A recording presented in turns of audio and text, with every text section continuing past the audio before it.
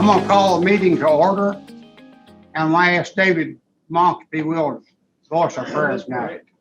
Heavenly Father, we thank you for the privilege and also bear an awesome responsibility for this evening. We would ask for your guidance in everything that we do and undertake.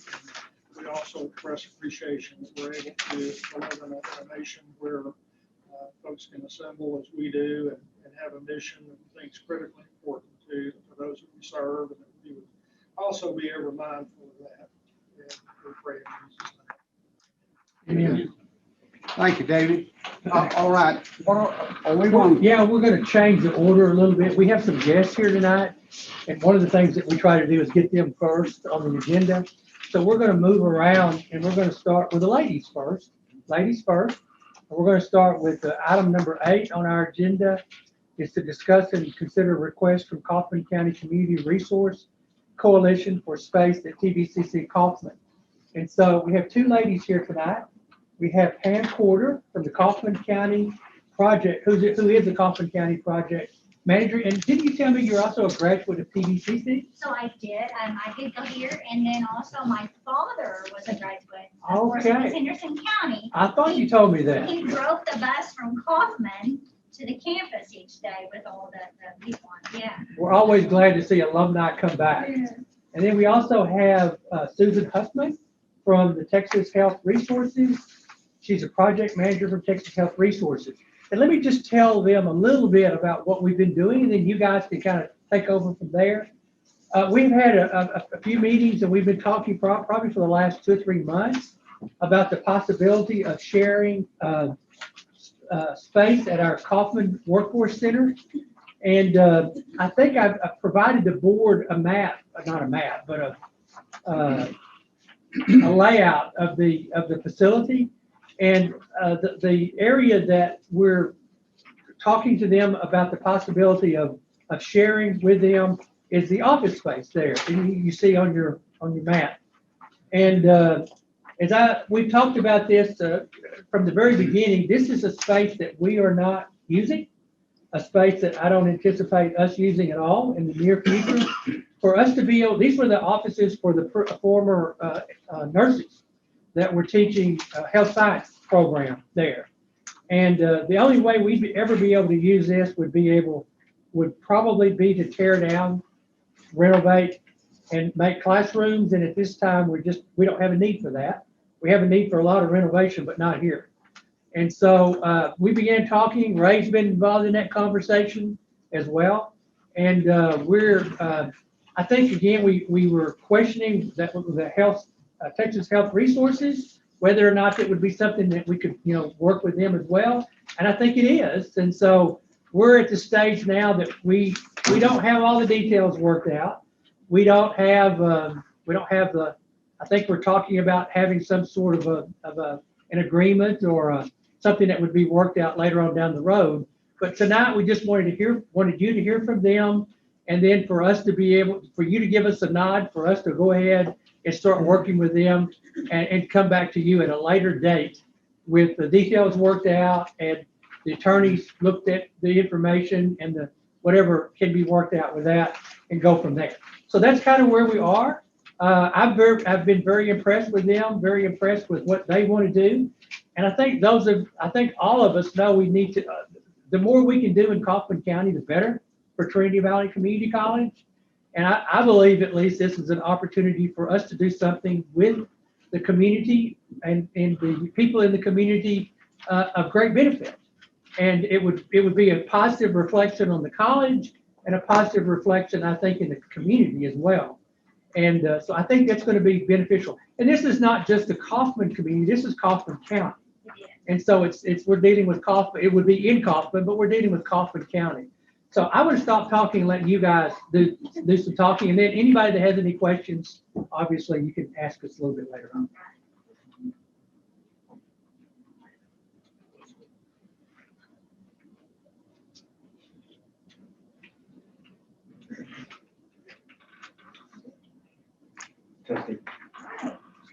Okay, well, thank you, and thank you for the introduction. You're welcome. My name is Pam, and I have worked for Kaufman County for well over 13 years. So I've been, went through different judges, different commissioners, and the same story is we have people who are in need. So I just want to share a story, a backstory of how this all began. So about 2015, when Judge Bruce Wood came in and he was our judge, he wanted me to come up. He asked me to come up and join his group in the courthouse. So there was an extra office. I went in, and about the second week I was in my office, a gentleman came in, an elderly gentleman. And I heard him speaking to the two secretaries out front, and he said he needed help. His electricity had been turned off. He had his wife in the car. They were coming home from the hospital, taking her home to die. She was dying of cancer. And so the ladies, no fault to them, they said, sorry, we can't help you. Well, I was in my office and I said, no. And so I got up, I went outside, I asked him to have a seat on the bench, and I said, we're gonna figure this out, just have a seat. So I went back in, told Dr. Wood the story, of course with tears in my eyes, and he reached in his pocket, got out some money and said, send them to lunch and let's figure this out. So we sent them to lunch, exchanged numbers so I could call them and let them know, when to come back if I found some information. So they went to lunch. I then got busy. I started calling around to some of the churches, and we got a hold of Trinity Valley Electric Corporation, and we were able to get their electricity back on top of food and health and everything they needed. So when they got back, I was able to tell them, your electricity will be on when you get there, and we want to help you. So as the day went on, we got busy, as your day does. And at the end of the day, Dr. Wood called me back and he said, Pam, we helped someone today and this is good. And he said, but I'm sure there are many, many others out there. And he said, so what are we gonna do? And I said, well, we've got to figure out these resources. We've got to figure out something to do. And he said, okay, go ahead and do it. And so that's what I did. So I started having meetings about the beginning of 2016. And we started calling ourselves the Kaufman County Sharing Community Resource Coalition. Just a group of people who wanted to help, anywhere from law enforcement, schools, churches, some different groups that could help pay electricity bills, phone bills, house rent, help with food, you name it, we have it in our group. We are a group of people who have well over 300 professionals, well over 200 different organizations. And so the way we work it is when someone needs help, the church will call and say, well, let me call Pam and see if she knows of someone. Then I email an email and ask for help, and we get all that information back. But we do see the problem is that people don't know. It's hard. They don't know where the resources. For instance, I gave you some information on Community Services, Inc. This is government money. This is federal and state money that they had. And during COVID, they had a lot of money. Do you know they're located in Corsicana? The other group, they're located in Nacogdoches. How are Kaufman County residents, Henderson County residents, how are they going to find out about this? So I just got busy and got myself put on all those boards. So I know where that money's being spent. Last semester, we put 5 students, mothers, through school at Terrell, so through Trinity Valley, through CSI, we were able to pay for their child care, or the group, the resource, was able to pay for their child care and help them with rent so they could go to school.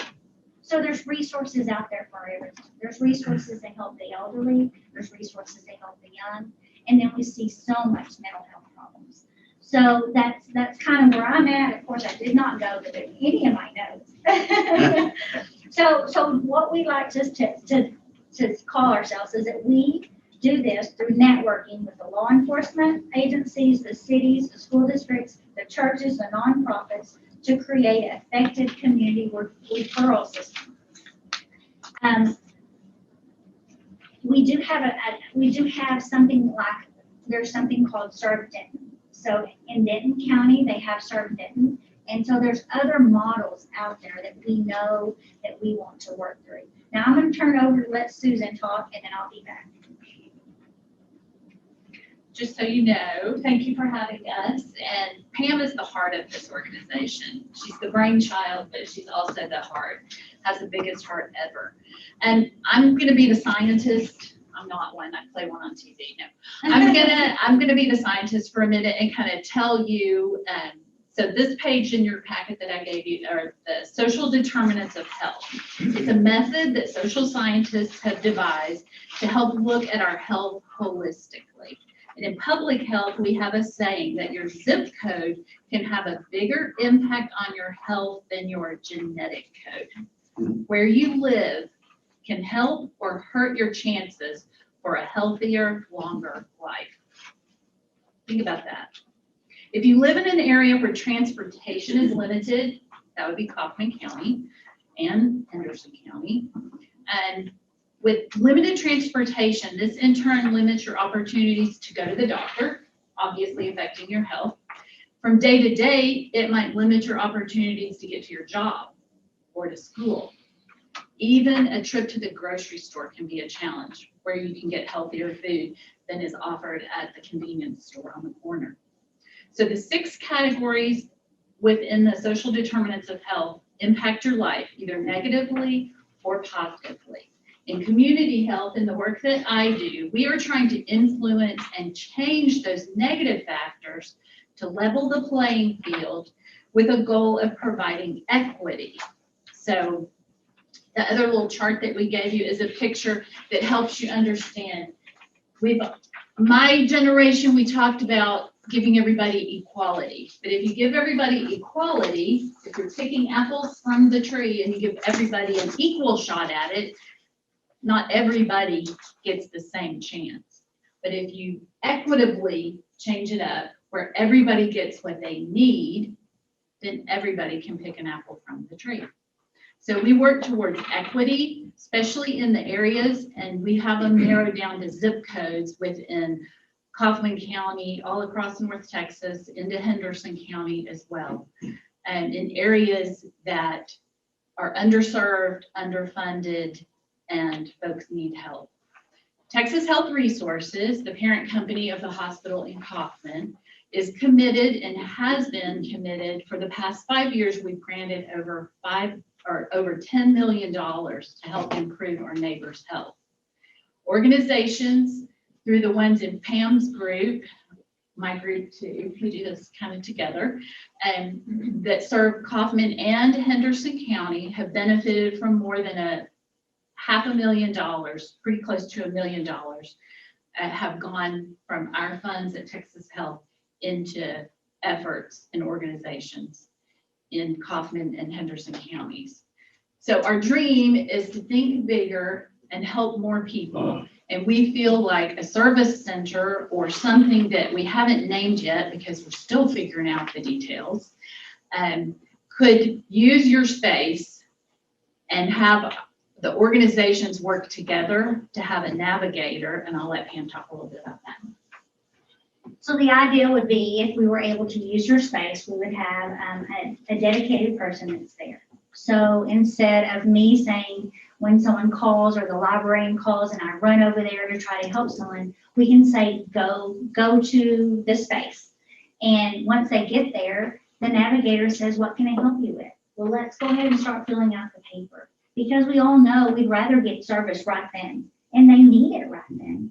And so she can walk them through. So we have all these different nonprofits that are going to be in these other offices. You've got CSI, you've got GetCap, you've got even the Catholic Charities want to be in there. We have free legal aid. There's so many different ones. And that person can actually get what they need from the front desk, walking all the way through. By the time they get out, we hope to maybe have a small clothing closet, just some non-perishable boxes, and they have what they want. But the navigator, which would hopefully be something that will be funded through the hospital, that person will follow up. I don't have time to do that now. I don't have time. So they can follow up on them and they can see how it's going. You can't imagine the calls I get. Today I had a gentleman call me and said, he can't pay his taxes. Is there any help for that? You know, different ones, community. I know Dr. Charlie's on, so he is a community health worker. She calls me when there's someone that needs to have follow-up when they leave the hospital. They need to have help with their bills. Their home needs air conditioning. Veterans. There's so many different, you can just imagine, we have so many people who help in our county. So, and Henderson County too. So, and I hope that helps a little bit. We don't know what the name, we're really excited about maybe, go ahead and say, We're thinking of, if you care, I don't know, you might be tired. But we're thinking of a connector of Kaufman County, which you spell out connector, and it says connecting our neighbors in need in every community to our resources. Something like that. so we could Long, say, but- let me send you to the connector. You know, something. Go see the Okay. connector. So anyway, nursing homes, the hospitals, the state hospital, we work with everyone and they all come to our meetings. And I probably return about 25 emails just for these resources daily. And then try to follow up at night. I'll fall asleep and think, oh, I forgot to call that person back or do this, and I'll get up and send that email. So people in our county, they need help and they need these resources. And we want to make it readily available to them. And this is the best way that we can imagine, and it would be a blessing to be able to do this. I think so that what we're asking the board tonight is to give us an opportunity to move forward with this as a possibility and work out the details. There's a lot of details that have to be worked out. Again, I think we've talked, you have talked with the real estate department. Yes, sir. You talked to the legal department. And so obviously we're just in the beginning stages of trying to figure out how this is going to work. But before we went any farther, we wanted to get a positive nod from the board that we could at least move forward and then come back to the board again at some point in time in the future and give you more detail. So that's really what I've called, and I hopefully you read my email that I sent out, my board memo. I call this a one-stop shop. I don't know if that's the proper name or I not, had it in my notes. but that's exactly what it seems to me like a person in need. I would be able to go to this location, would be able to go up to this area, and they would be able to get assistance in some way.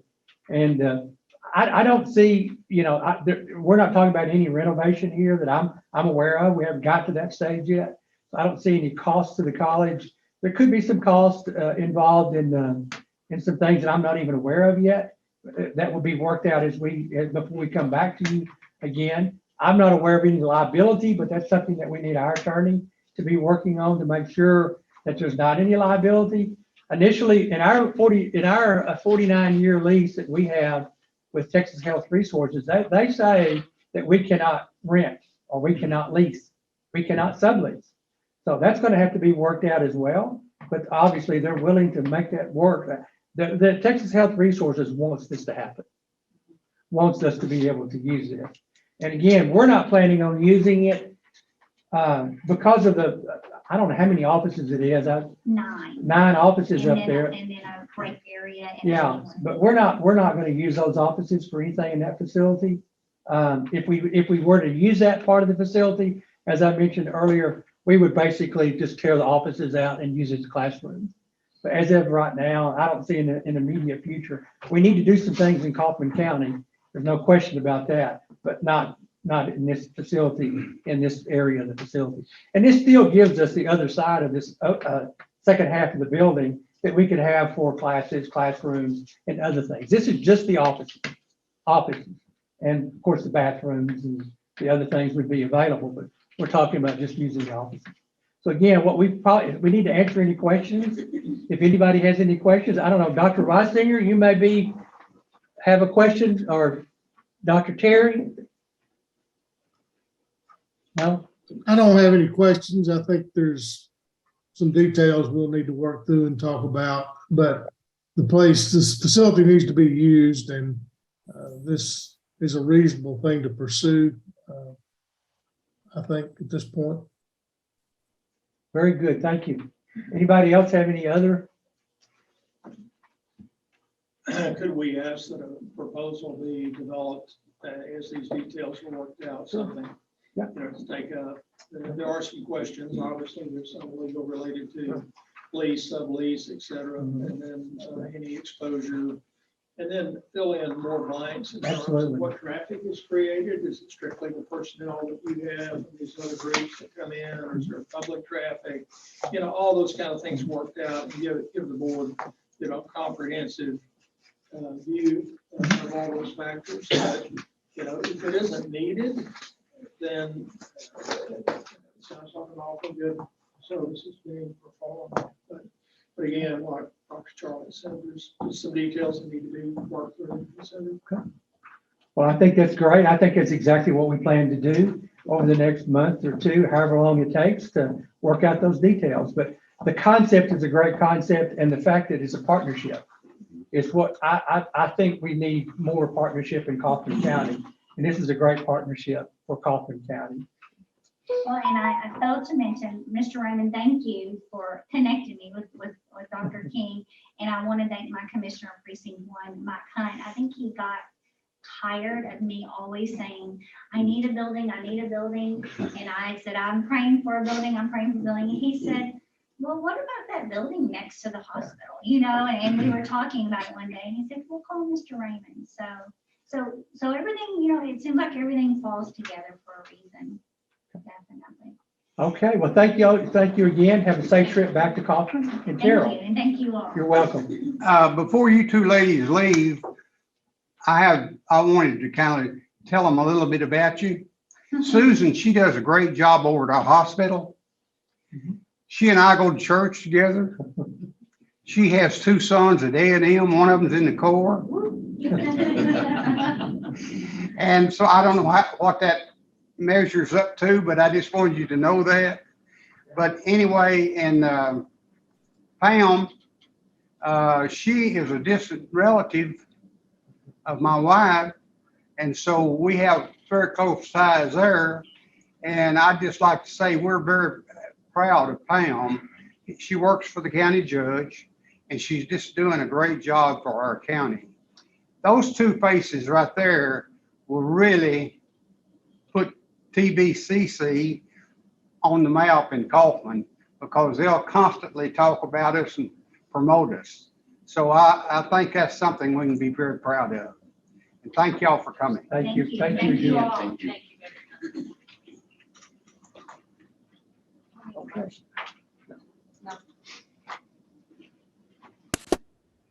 I think we're good to go. Go ahead, Ray. All right, we're gonna go to the radio. Discuss and consider Terrell Economic Development Corporation proposal for KPYK 1570 AM 102 FM Terrell radio station. And they really approached us. I think probably it was last summer, wasn't it, Ray? Yeah. We've been approached about the possibility of doing something in some capacity. Again, this is one of those things that still, there's a lot of details that have to be worked out, need to be worked out and brought back to the board at some point in time in the future. But we've got Ray Dunlap here, and he's the president of the Terrell Economic Development Corporation and doing a great job. I guess it was about 3 years ago, he came into my office and gave us a check for $1 million. So that was very much appreciated. Was that 3 years ago, probably? It was not that long ago. Yeah, so we obviously appreciated that very much, but he's been talking to us and talking to some of the others as well.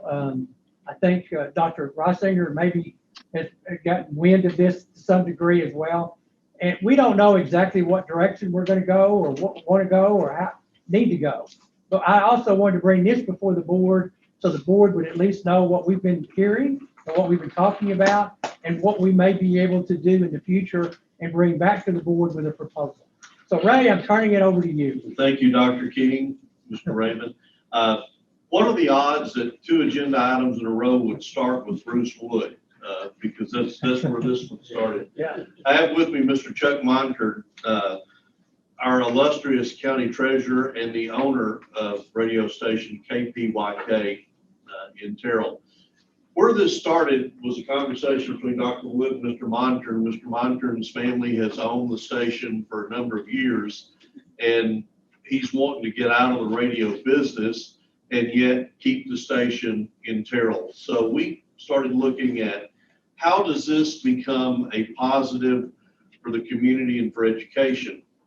And the Texas Economic Development Act gives a lot of latitude between economic development corporations such as ours and community colleges for workforce development. And so through conversation with Mr. Monker, he, like I said, has a desire to sell the station, but see it stay in the community. Well, if you do that in private hands, we've got not much control over it. So we started brainstorming. We talked to Dr. Warnock with the Terrell Independent School District, talked to Dr. King, talked to Kelly Townsend. We talked to Luke Hurst, who's Kelly's counterpart with the school district CTE, and started looking at the ways that a radio station can turn into an educational tool. And on the surface, it may not look like that. However, radio stations need to be sales driven.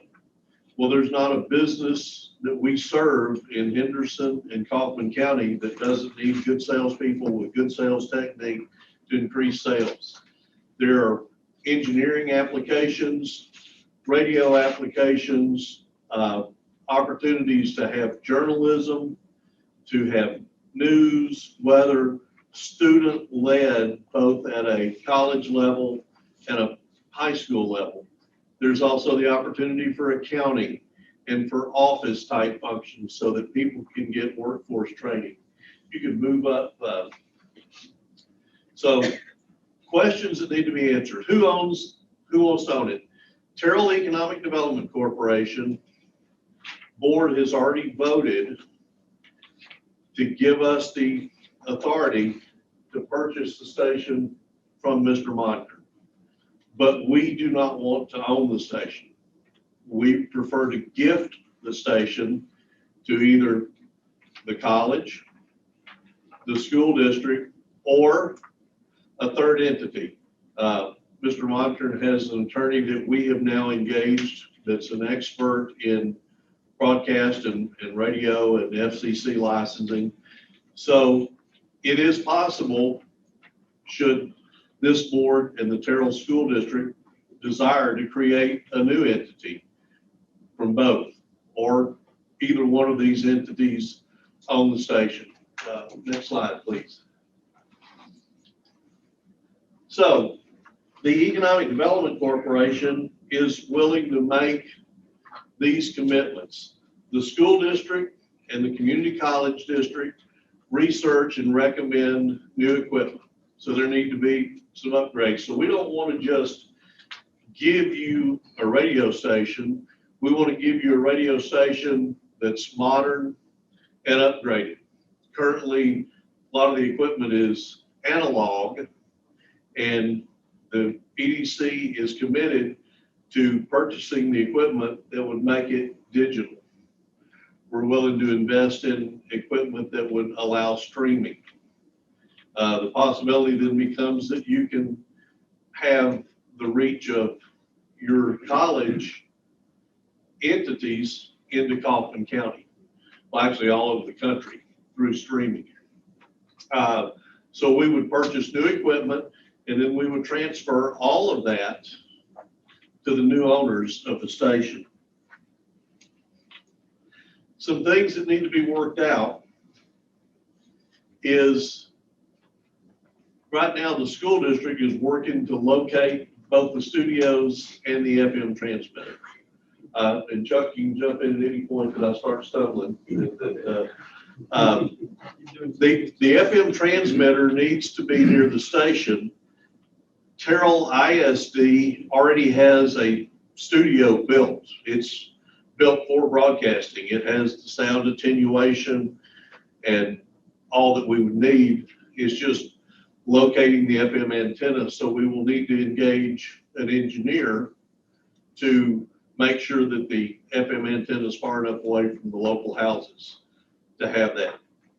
So we have one of the issues of housing it work out. You need to work out some access and things such as that. We could have the next one. We're even willing, the first year, Mr. Moncur has agreed to be a consultant. Now, he hasn't agreed at what financial level he'll be a consultant. So, but the current format, Chuck operates a lot of the station remotely now. He goes in and programs. Now, Friday Night Football, he does have to sit there and take us back and forth to break. But for the first year, the EDC, the Terrell Economic Development Corporation, will assist financially in getting the station going, because you're going to need to develop sales revenue. You're going to need to develop income streams. So the schools would have basically a year ramp up period to take the lead in making changes and injecting students into the process. And to be honest, I think that this is going to take 4, maybe 5 years before you're really where you want to be. But through the growth process, like I say, we're willing to fund year 1 to get the station up and running. Now, next slide. It's hopeful that by year 2, that the schools fully run and fund the station. We have a desire to see a community station that's run by the 2 educational institutions that remains in Terrell because of Chuck's ties to the community, his dad's ties to the community. But I think that having students do this creates a lot of growth for a lot of industry. It also gives you the opportunity, not just for sports, but for all kinds of educational programming, community service, public relation. Go back and get some local news. Local news is a thing that's dying out. So the opportunities are limitless. One more slide, I think. Currently, they have First Baptist Church is probably the biggest customer. Is that a fair? That's fair. That is, so every Sunday service is broadcast and the church pays to do that. There's a gospel music show, Lake Country Jubilee, that's on there, and there's revenue from football ads. All of these, and Chuck will tell you, he's got a full-time job as the county treasurer, keeping our money safe and growing. So he doesn't really have time to sell ads. So there's a lot of gap in advertising that's being missed right now. So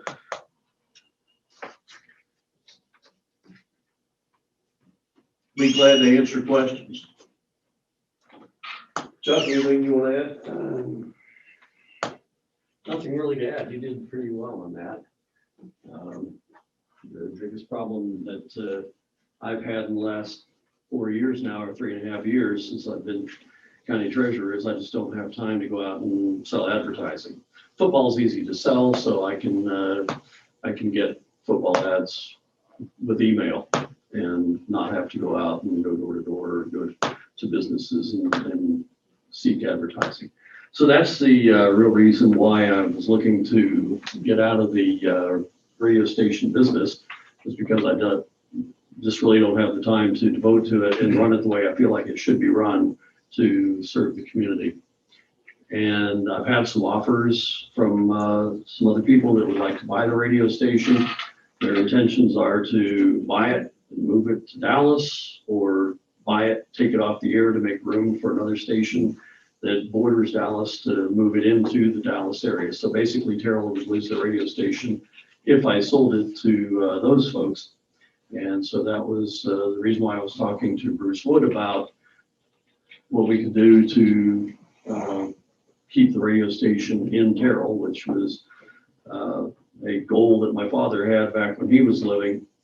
He didn't want the station to leave Terrell, and he turned down some extremely good offers from people that wanted to buy the station, but for the same reason that I didn't work with these guys that talked to me, was because they wanted to move it out of Terrell.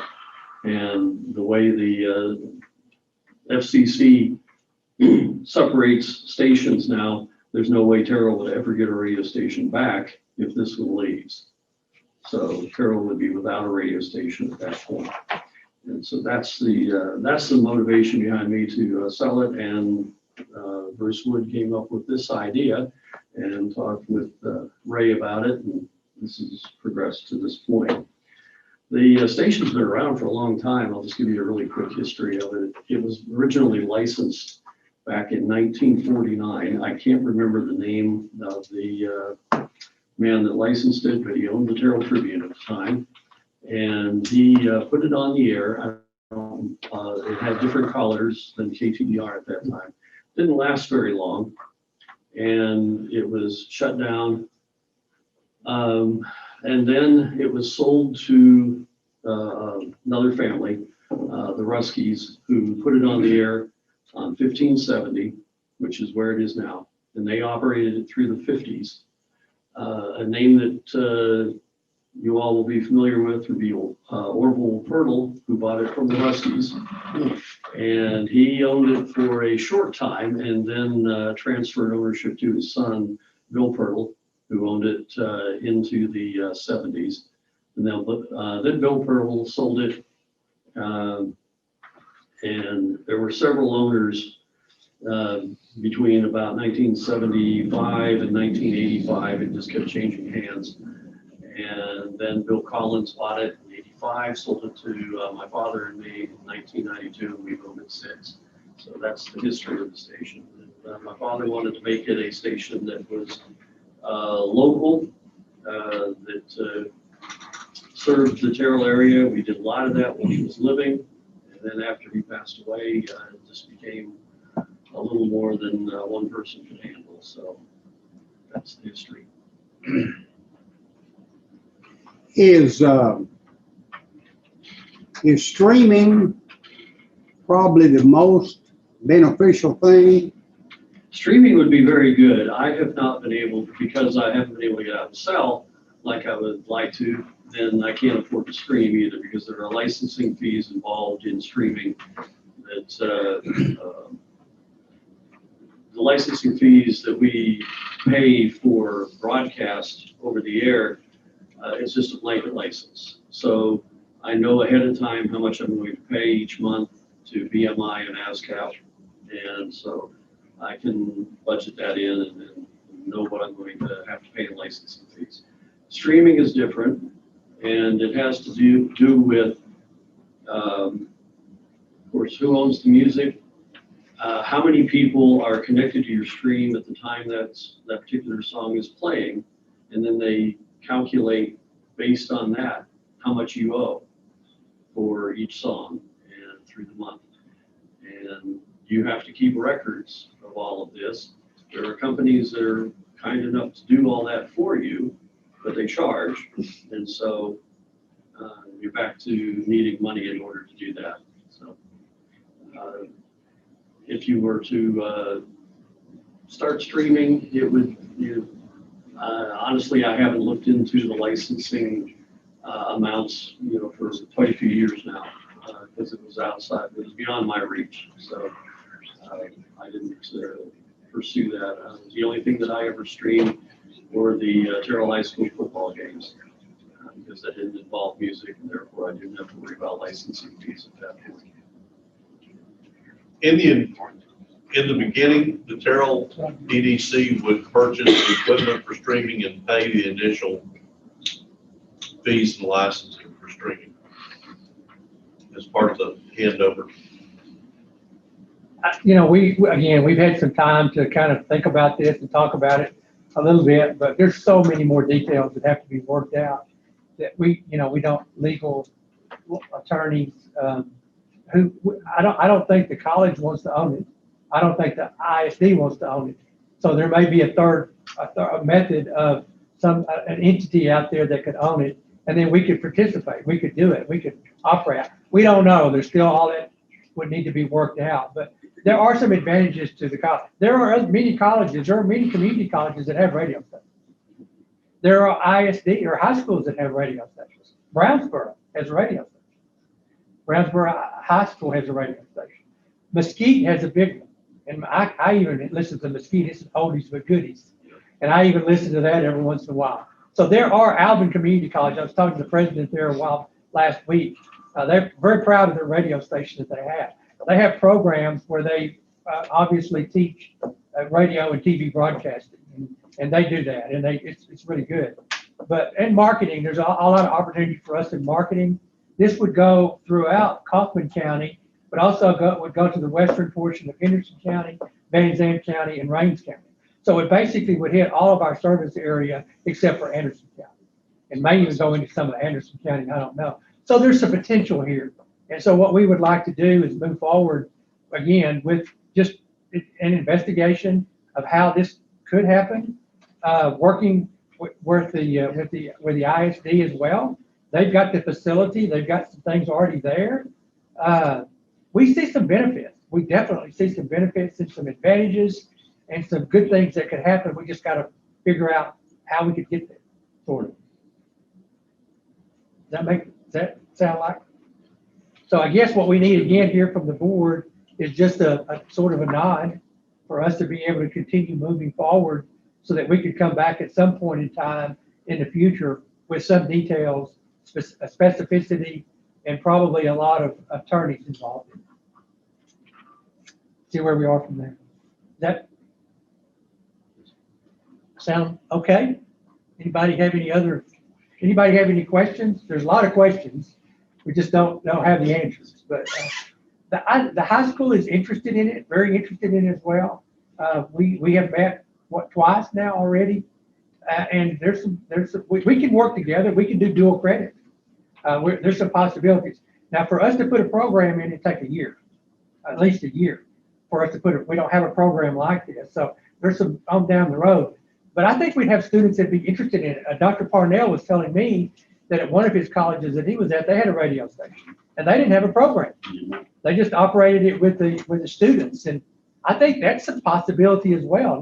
Not even.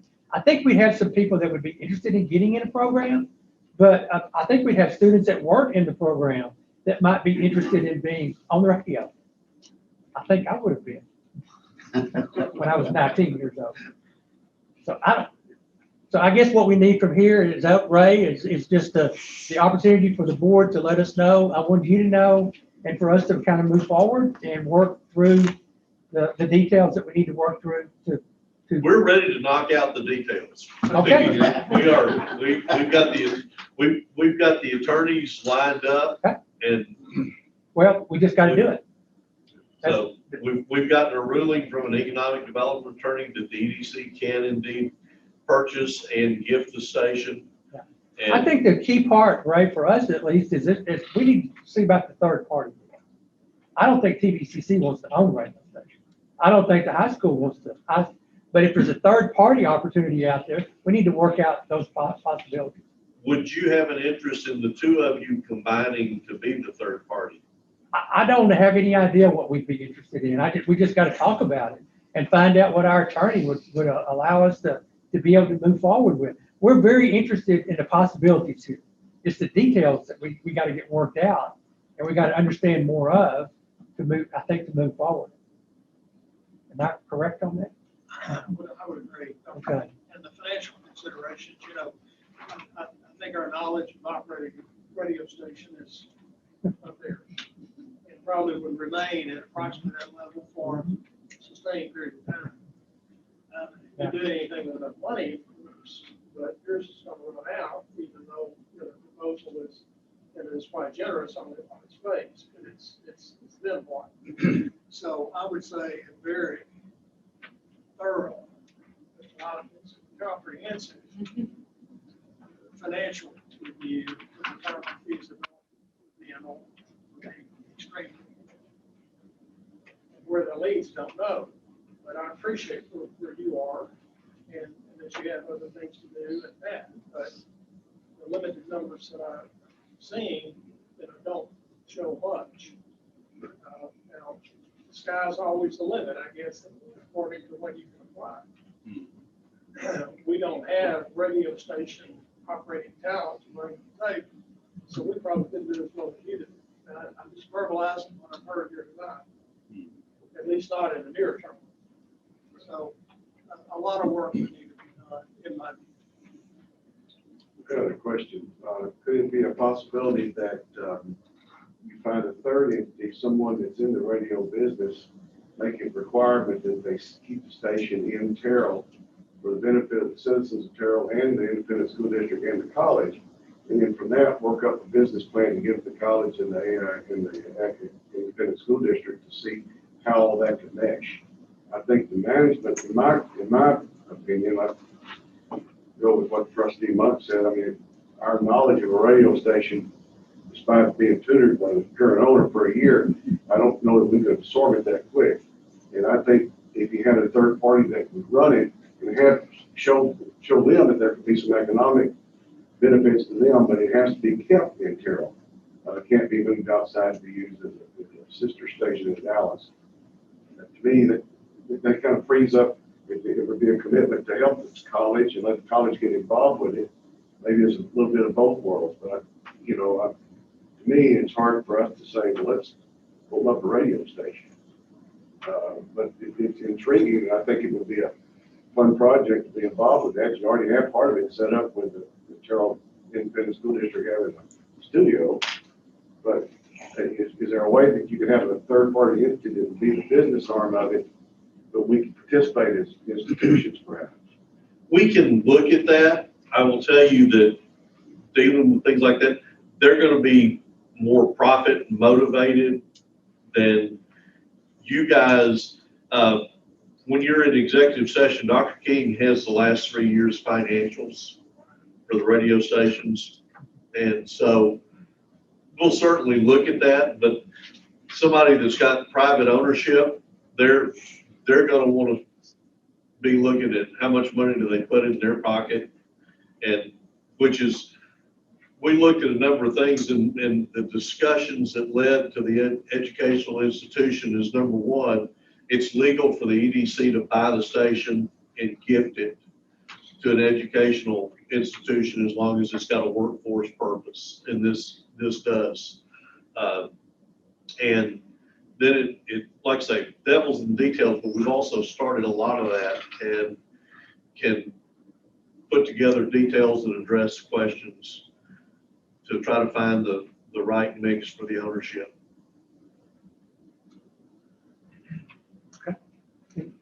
Anybody have any other questions? So the board's interested in continuing to listen, right? Okay. Y'all Thank you, guys. just keep feeding us information. Well, We'll keep working together, and we'll get I've already got our CFO involved in it a little bit, so he'll be involved in trying to work through some things. So there's definitely some possibilities to benefit the college. Definitely, no question about it. We just got to figure out how it could work. Let's start with Charlie if he has any questions. Dr. Reisinger, do you have any comments or questions about this?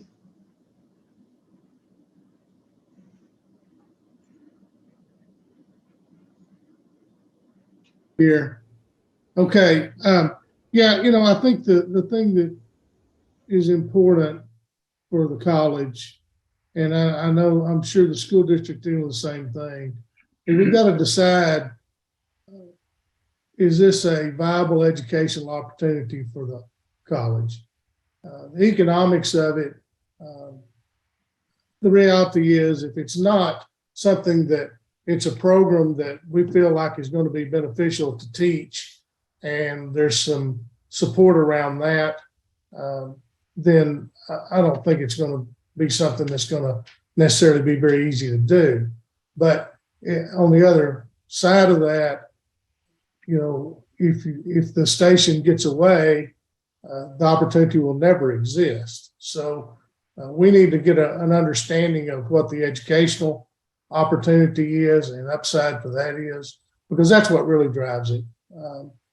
The economics of it, if it's doesn't have a strong educational purpose for us, it's not going to work. So I think that's where I'm at. I appreciate the Monkern family and I haven't been around Terrell my whole life, and I know what they did and what a passion it was for them. And I know that Chuck honestly wants to keep it in Terrell if it's at all possible, because like I said, you can sell it. Everybody wants some bandwidth and some space and would move it out and use it for something else. Obviously that's probably the most economical. If you look at the money of the deal, that's where the money is. But there are people here that are willing to make an investment to try to allow it to stay in the community. And we've got to find an educational purpose for it and a way to operate it educationally. And if we can get an educational benefit from it, I think the money will work out. That's just what we got to determine. And if we have no appetite for that program, then we just got to determine that. That's kind of that's my thought from 10,000 feet. Thank But you. there's a lot of support around it, trying to make it work. We're not going to be on our own, but we've got to find an educational purpose for it. I thought what we would do for the November board meeting, I've already talked to Kelly Townsend and Kristen Spazera, that at the November board meeting, we would bring back the educational portion of this. Maybe all of it, I don't know. But we can tell you whether there's a demand or not, how long it'll take to put a program in, how much the cost will be for a program, not to run the radio station, but to have a program. We've already talked about bringing that back to our board in November. So that's kind of what Dr. Reisinger is, I think, wanting us to make sure that there is an educational part to it, and there is, and there can be. So. Please let us know Okay. what we need to Okay. contribute to that discussion, and then we'll have Okay. some. I mean, if you wanted to go start this program, you couldn't do it without this. So, Right. and I don't know what the appetite around that is around the state, but this is the opportunity for that to happen if it's something that there's a need for and a demand for. And we'll be able to find out more about that, and I think there is a demand. It's not necessarily on a local basis, but on a regional Dallas-Fort Worth basis, bringing kids in. I don't think there's another program like this at a community college that I'm aware of in Dallas Community College or any of the others. So that's a good possibility. We could bring people in from all over. So we'll look at that and see. We'll get back. Give me a call. All right, thank you. Okay. Thanks. You're welcome. Thank y'all. Y'all have a safe trip back. Thank you. Thank you. All Okay, right, Ray? we'll move that to the president's reports. Okay, I'm gonna make my report very short. I have a couple of things I wanted to mention. The Hall of Fame Distinguished Alumni Ceremony is this next Saturday at 9:30. It's a brunch. It's at the Athens Country Club. We have 6 honorees: Archie Dennis, Dr. John Morton, Abe Mack, Brenda Powell, Amy Green, Solorio, and Duchess Godero, I think is how you say that name. We're looking forward to that. We have homecoming festivities that'll be taking place Saturday. We have a homecoming game. It's a big game against New Mexico Military Institute. We're in the first place. Our football team is in first place. They're 5-0 in conference and 6-1 overall. And NIMI, the team that they're playing Saturday, is ranked number 4 in the nation. They're 5-1. I believe they've lost 1 conference game. If we beat them, we'll probably be in the top 4 teams in the nation. So it's going to be a big game. We're looking forward to it. I don't know if you've read about our volleyball team, but they're great. If you haven't seen a if you ever want to go see really something exciting, go watch one of our volleyball games. And we play this Friday night at 5:00, and then we play again next Saturday at 11. If you want to go to the homecoming activities, you can go to that, and then go to the volleyball game, and then go to the football game. That's what I'm planning on doing. So my Saturday's pretty much booked up. But they're great. They're really 14-0. They're undefeated in conference. They've won the first conference championship ever. And so I'm looking forward. They're playing after this week. They play the regional tournament in Panola the following Fridays, Thursday, Friday, and Saturday. And then we're hoping they go to the national tournament. We believe they will. They're ranked number 8 in the nation. We got a lot of stuff going on. If you esports, I don't understand esports, but I know there's a lot of stuff going on because I see it all the time, and it's very active. They're very involved, And, you know, actually the whole college is getting involved in esports. It's a lot bigger deal than I ever, when I first brought esports up to you guys a couple of years ago, I was a little on the borderline on esports. It's really worked out to be a great program for us. And it's getting bigger and bigger and growing more. And there's other colleges are putting it in, and we're going to be competing in all other community colleges around us as well. Great deal. Soccer has ended. We had a good season. Softball is starting. Men's, women's basketball is starting on November the 1st. So we just got a lot of stuff going on. And, you know, the rodeo team has been very active. The show team has been very active. It's just been a good thing. You know, we went through COVID for 2 years, and this is great. This is what, you know, it's all about to me, is what we're doing with our students and how we're getting involved in all these different activities. The only other thing I wanted to mention was we do have a Steve Grant, who's president of the foundation, has been asking us for a while to put together a analysis that kind of gives you the benefits. This is not a financial statement or financial something that you would see, but this is the financial information regarding the foundation's benefit. And that's in front of you. You can be happy. I hope that you'll look at that. I hope that you do understand there is a true financial benefit to the foundation, not just giving scholarships, but along with some of the other things that they're involved with. And please take a look at that. We can talk about it at some point in time. If you have any questions about it, we can talk about that as well. But that kind of gives you a good information about the benefit to the foundation, to the college. So anybody, I guess other than that, our next board meeting is November the 28th, Monday, November the 28th, after the Thanksgiving holidays this year. Anybody have any questions for me? All right. Thank If you. not, we need to consider the minutes of September 26, 22 board meeting. Do I hear a motion? We'll approve those as presented. Ron Day makes that motion. Dr. Second. Clayton seconds the motion. Any further discussion? If not, all in favor say aye. All opposed, like sign. Number 6, consider and discuss business financial investment report for August. David? Yes, sir. As Norma brings it up, just let me say without hesitation that I don't know anything about radio station. So Me either, David. get that right off. Anyway, we're going to talk about August. I think this is very positive. I just want to highlight some things for you. Tuition and fees, we were $206,000 under budget for our tuition revenue. However, we're $406,000 ahead of last year. With COVID and everything that's happened, that's the trend that we want to see. Housing, food service, bookstore, all exceeded budget. All exceeded last year by anywhere from $54,000 to $245,000, and y'all can see those numbers on your sheet.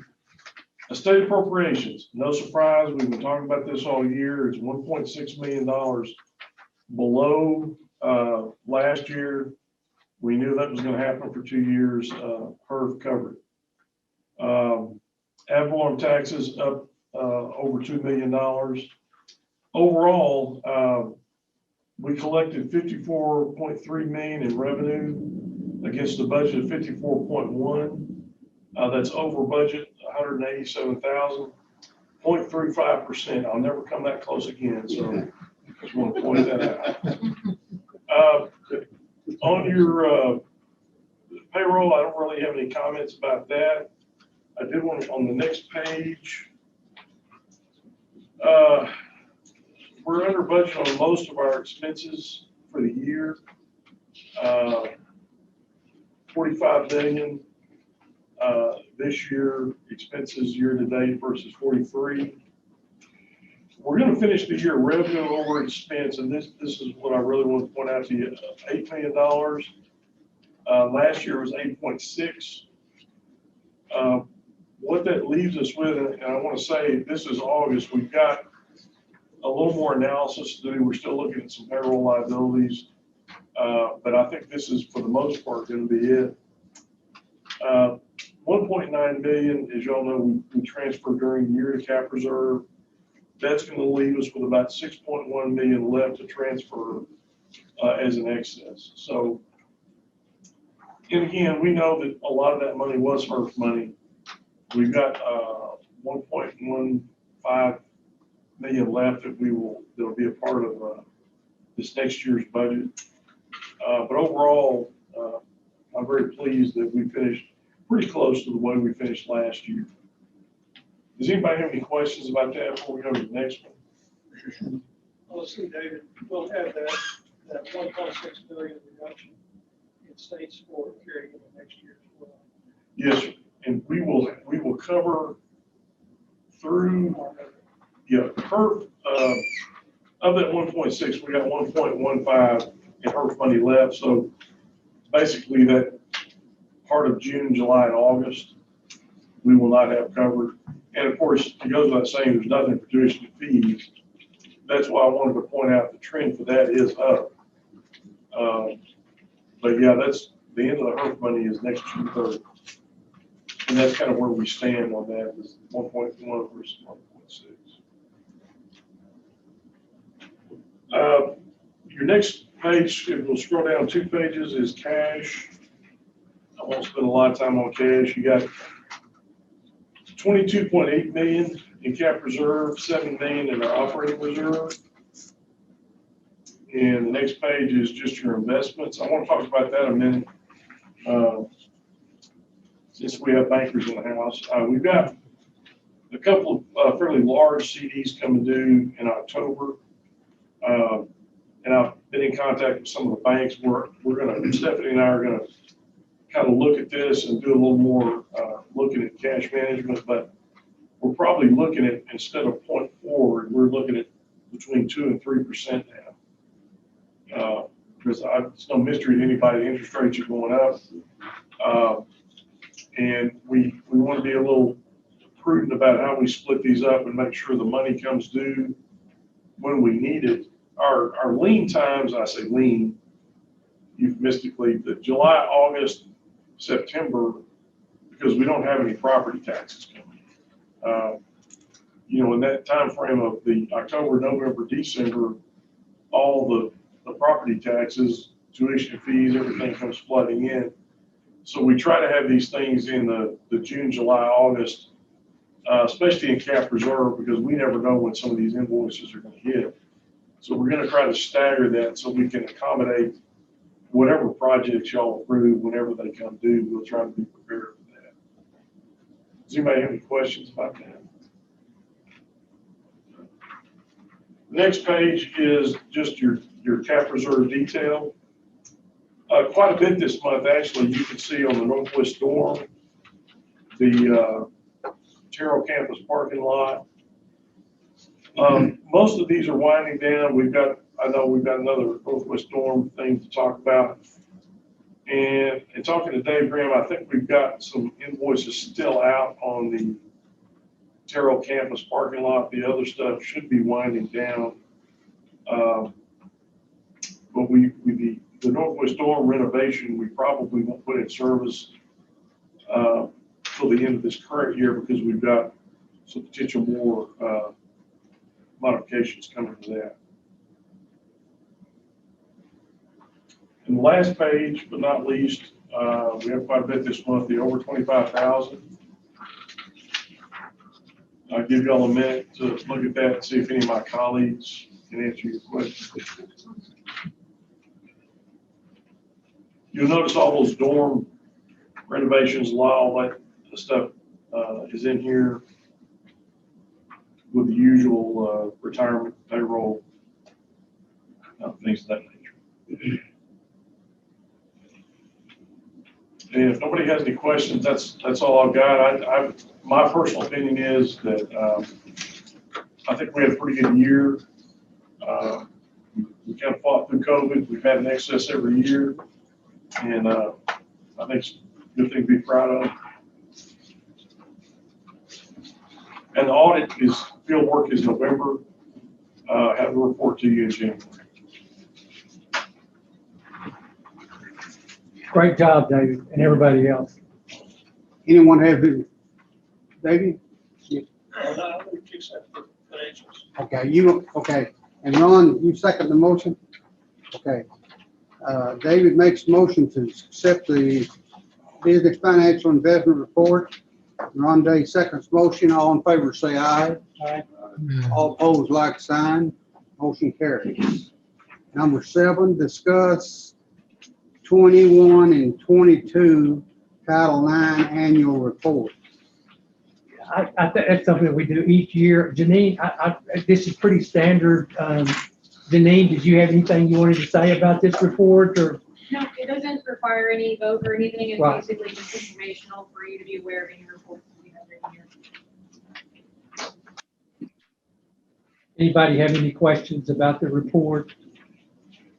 It's hard to get real specific about it. But we can answer any questions you might have. If none, we just move on to the next. Okay. No questions? Did I hear a motion? We don't need to vote. Oh, don't, okay.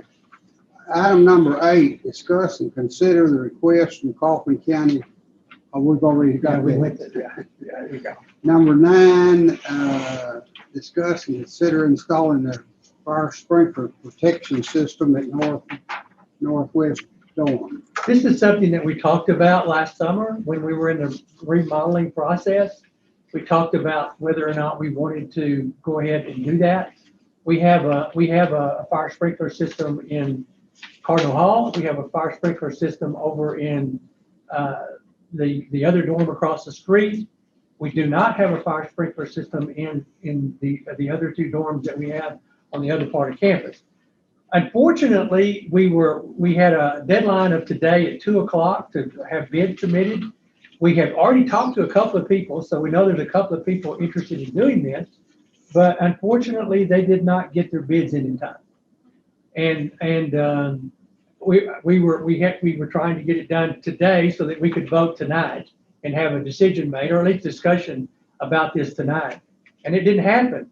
So David and I talked, and we didn't really have to talk to our attorney, but we really can't do anything because the bids didn't come in. I think I found out they didn't come in at all. And so, but we don't quite understand all this, but we know that they wanted to. We know the 2 individuals wanted to, but whatever, something happened somewhere along the way. So what we'd like to do is table this until November. And then at that time, we could have the bids in, and then we could also talk about the advantages and disadvantages of doing a sprinkler system. And there's a possibility if we do it in November that we could have it done during the Christmas holidays, which is what we'd like to do. If we don't do it during the Christmas holidays, they have to wait till summer. And so, but that's that's what we'd like to do is a table this until November. Yeah, table. Table this motion, this item until November meeting. So moved. You move. Steve seconds the motion. Any further discussion? If not, all in favor, say aye. Aye. All opposed, like sign, motion carries. Item number 10. Hold on just a second. No, this is a sprinkler system. We approved for us to put in an alarm system, fire alarm system. And we did that during the renovation. And you did approve that. That came after. This is a sprinkler. Yeah. Fire alarm, the fire department. Yeah, this is a sprinkler system, which is a whole different deal. We got the fire department. Yeah, you did. And I was confused about it too, all the way along through. But we'll talk about it more in terms of whether you want to do it or not. Wasn't the money, didn't we allocate money for this, but it hadn't been approved in this year's budget? No, we allocated money for it and it's been approved. The budget's been approved and it's in the budget. That's what I'm saying. Yeah. We'll have to rebid it now. Yeah, I understand. And what we're hoping to be able to do, Luana, is go back out on bids really quickly so that we could get this done in the next 3 or 4 weeks, so that when November comes around, we'll have some bids. Okay. Number 10, discuss Department of Education program review. There's really not a lot that we can have additional information. I think we talked about this before, but we've got Dr. Parnell and David Hopkins that are co-chairs on this committee that are working through, trying to help us work through what we need to work through. there's still a lot of questions out there. There's a lot of answers that we still are waiting to get. We've asked for a meeting with the DOE representatives, and we're going to get that eventually, but they also would like to have our questions in advance. We have a committee, Mike Embry, David Monk, and Steve Grant. We've had some discussions with them as well about where we are. We not really any farther down the road than when we talked to you guys last, but this is obviously a big concern of ours. This is a big issue, and we need to get it right, and we need to work through whatever we need to work through. But I think they have, Dr. Parnell and David have talked to a consultant, and we need help. We need advice, and we need help, and we need somebody to help us make big decisions, overall decisions about how we need to approach the DOE and how we need to communicate with the DOE. And we think we found that person. We think we found that company. And I'll turn that over to you guys. Let y'all. Sure thing. We think we have that company. We are working with a subsidiary of the group that oversees financial aid for the country. But not the Title IV folks, but they oversee the training of people. You know, that's the national group that oversees everything. And they work with that company, and they also work with people like us who've had concerns. And when we called them, we explained our situation, and they went, "Oh yeah, we've been here before." And that's what I wanted to hear. I wanted to hear someone who's actually seen this kind of audit, who has gone through this. And I said, "Can you advise us in what our responses can be and what our next steps should be in dealing with DOE?" And that's what we're waiting for now. We should have that within the next few days from them, some sort of prospectus that will tell us exactly what they can and can't do for us. And then we'll be able to go from there. But they have done this before, and they have a fairly local Houston person that works with them, who's a financial aid director, who they think has everything that we need with regard to moving forward with this. So they've got some resources that they think we can use. And they will also be giving us references from people that have used them in the past, so we can call them and find out if indeed they were helpful or not. Well, I was down in Austin last week at a TAC meeting. I met with a couple of people down there and asked them for advice and help and whatever we could possibly get. And they gave me a person's name, and it's the same person they're talking about. And she's at the Houston Community College. And supposedly she's done work with DOE over the years. And so that's what we need. We need somebody that has that kind of experience. So our plan is for them to gather that information for David and Dr. Parnell to get that information together from them, and then have another meeting with the committee, and then let the committee help us advise us going forward with it after that. That could be the end of this next week. It could be early next week. It just kind of depends, but we'll work something out to where we have another meeting before we do anything. So that's kind of where we are. Again, this is a problem that we're gonna solve, we're gonna resolve, but we're gonna do it in a way that minimizes the cost to the college and the pain and the agony to the college. We've already been through a lot of pain and agony, and I don't think we want to go through that much anymore. So we need to finalize this issue and end it and move on and be able to do all the other positive things that we're doing at this college, and we're doing a lot. So anybody have any questions? Thank you. Okay, number 11. Discuss the Board of Trustees self-assessment. Yeah, that's something we talked about at the last meeting as well. And my recommendation is, and I think we talked about this probably back last summer maybe, is that we would conduct a workshop at some point in time, maybe in the spring semester. Probably does need to be in the spring semester. The fall semester is slipping by very quickly. And it could even be with the new president. It could be with, it needs to be obviously with the VP team. But at some point in time, we get together and we talk and we maybe do whatever you guys want. It's your decision to make. But that would be my recommendation in terms of being able to talk over some of the things that were brought up in the self-assessment and some of the things that we might be able to do as a college and as a board to work some of those things out and work good together. Okay. Anyone have any suggestions on that? Okay. If not, let's move to item number 12, discuss and consider personnel updates. This is again, your typical board personnel update. We have the resignations and we have the retirements and the new hires. I do want to focus, I want you to know, we do have 2 new hires, 2 new positions in there.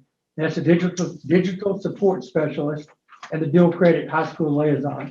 And both of those positions were approved by the board during the budget process last summer for us to do for the year. And we're just now getting to the point that we could hire the right people for those positions to be able to move forward. So other than that, it's all pretty standard, unless you have any questions. Okay, do I hear a motion to approve the personnel? David makes that motion, Ron Day seconds the motion. Any further discussion? If not, all in favor, say aye. All opposed, like sign. Dr. Charlie, Wait. All right. time to add. Okay, let me say a couple other things before we do that. One thing, Dr. King, I think that these 2 items that were done first tonight, we need to schedule a closed session at every meeting until we resolve those, so that we can do what we might need to do in closed session, or people can say what they want to say in closed session as we work through those 2 issues. Those are both financial contracting type of issues. And I think that putting a closed session at the end and those 2 things as possible discussion points could be helpful. Okay? Second thing, David Hopkins, I don't know what the terms on your CDs are, but I would wonder if the penalties are minimal enough, because the rates are so much higher now, to break those CDs you've got and put them at a rate that's more realistic with the market. Because a lot of times it's just a quarter's interest. And if the interest is 0.4, it doesn't matter.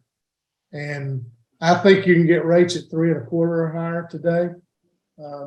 So we need to look at that. Yeah, we're trying to split them up enough where it's not an issue, but yeah, there are some rates that are over 3%. We just, I try not to incur penalties unless I have to. Yeah, but if you take a penalty of 0.2% and you're moving it to 3 1/4, it might, just to do the math, that's all I'm asking. No, I got you. Now, Charlie's right. You know, if you're leaving nothing on the table in the way of benefit, then look at all of them. It's just business, and there's no concern on anyone's part that it's the perfect thing to do. As long as you guys are okay with that. We don't- Typically, we don't it's have 90 days. We don't have to Interest. consider them. Could be something that stated that, but usually it's what it is. And if you're earning 0.2 and you're being offered, 3+, then you can walk away from that 0.2. Really have a good margin. Oh, y'all are saying you don't wait for the others. I said, No, no. wait for the material, look at it and just see if it makes it. No, I was, because we had a deal where I wasn't paying penalties when I pulled them down early, so it didn't matter. But when the rates went up, that went away, yeah. I see what y'all are saying. I got it. Yeah, I think the penalties don't mean anything if you're getting paid 0.4. Right. You can lose a year's worth of interest as a penalty at that 0.4 if you're rolling to 3 1/4. So Yeah, sorry, Charlie, I misunderstood. I got you. yeah, okay. So I just think we need to look at it. And Okay, yeah, I agree. I think that there's some pretty aggressive bidding for money these days, especially for large amounts. So I think it's probably a great time to be where you're sitting. So, Okay. yeah. All right, I'll make a motion, we adjourn. He made a motion, we adjourned. Got a second with Steve. Steve, second motion. Any further discussion? If not, all in favor, say aye. All opposed, like sign. Thank you, guys. Thank you all. Folks, have a safe trip home.